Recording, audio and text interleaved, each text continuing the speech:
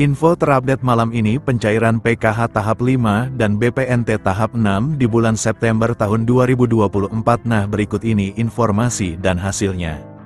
Assalamualaikum warahmatullahi wabarakatuh. Apa kabar semuanya? Semoga selalu sehat, dilancarkan rezekinya, dimudahkan segala urusannya, amin. Nah, di video kali ini saya akan berbagi informasi yaitu aturan penting terkait pencairan bantuan PKH tahap 5 dan BPNT tahap 6 alokasi September-Oktober tahun 2024. Nah, lalu kira-kira ada aturan terbaru seperti apa ya? Maka dari itu simak terus videonya sampai selesai agar supaya tidak menimbulkan gagal paham dalam menyerap informasinya. Namun sebelum itu jangan lupa dukungannya untuk channel ini, TV-ku ini dengan cara subscribe dan like jika dirasa bermanfaat dan agar tidak ketinggalan informasi terbaru selanjutnya.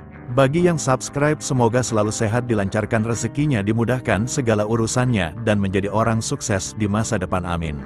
Nah, oke, langsung saja berikut ini terkait peraturan terbaru pencairan bantuan PKH tahap 5 tahun 2024. Nah, perlu diketahui bahwasanya pencairan bantuan PKH di tahun 2024 itu masih sama ya, pencairannya melalui kartu KKS dan nominalnya pun bisa berbeda-beda ya, tergantung komponen yang dimiliki.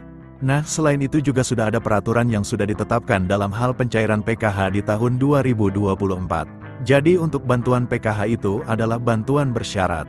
Jadi harus memiliki komponen PKH seperti anak balita, kemudian anak sekolah SD, anak sekolah SMP, anak sekolah SMA. Kemudian penyandang disabilitas berat dan juga komponen PKH lansia, serta komponen ibu hamil.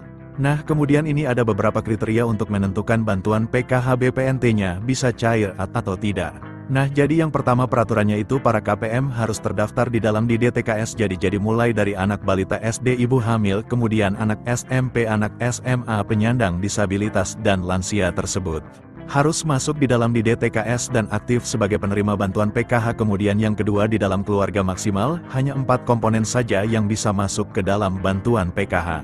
Kemudian yang ketiga, prioritas bantuan PKH yang memiliki komponen datanya itu harus aktif ya, dan padan antara di DTKS dengan Dukcapil. Kemudian peraturan yang kelima, jika kalian terdaftar sebagai penerima bantuan PKH anak sekolah, baik itu SD, SMP maupun SMA, ini datanya harus terdaftar di aplikasi Dapodik sekolah masing-masing dan datanya badan dengan di DTKS, jadi tidak boleh ada perbedaan. Selanjutnya yang keenam, untuk komponen PKH balita yang disebut sebagai komponen PKH balita itu adalah hingga anak yang kedua saja ya. Apabila ada balita ketiga ataupun balita keempat dan seterusnya, maka sudah tidak dapat dibilang penerima bantuan PKH lagi ya, karena dibatasi sampai balita kedua saja. Selanjutnya peraturan ke-8 untuk komponen disabilitas, jadi maksimalnya itu ada 4 orang ya yang bisa menerima bantuan PKH. Kemudian selanjutnya untuk komponen lansia, peraturannya adalah yang dibilang komponen PKH lansia sama seperti penyandang disabilitas, yaitu maksimal 4 orang saja. Kemudian peraturan selanjutnya untuk komponen lansia tersebut itu usianya harus mencapai minimal umur 60 tahun ke atas. Selanjutnya untuk komponen cucu itu juga bisa masuk ke dalam pencairan bantuan PKH asalkan lolos sebagai penerima dan memenuhi persyaratan.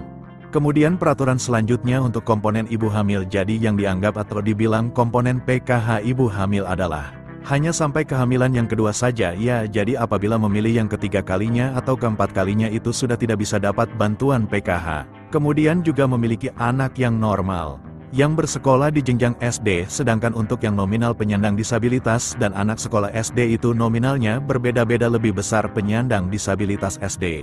Maka yang masuk komponen PKH adalah komponen disabilitas yang didahulukan, jadi sudah jelas, yaitu adalah peraturan bantuan PKH di tahun 2024. Sementara untuk jadwal pencairannya, jika tidak ada perubahan akan dicairkan di antara bulan ini atau Oktober tahun 2024. Nah, berikut ini KPM yang sudah cair KKS-nya, berikut saldonya cair segini 400.000 kemarin daerah Bandung Bank BNI yes cair-cair, semoga yang lain menyusul cair, amin. Nah, sekian dulu informasi ini, semoga bermanfaat bagi semua. Assalamualaikum warahmatullahi wabarakatuh.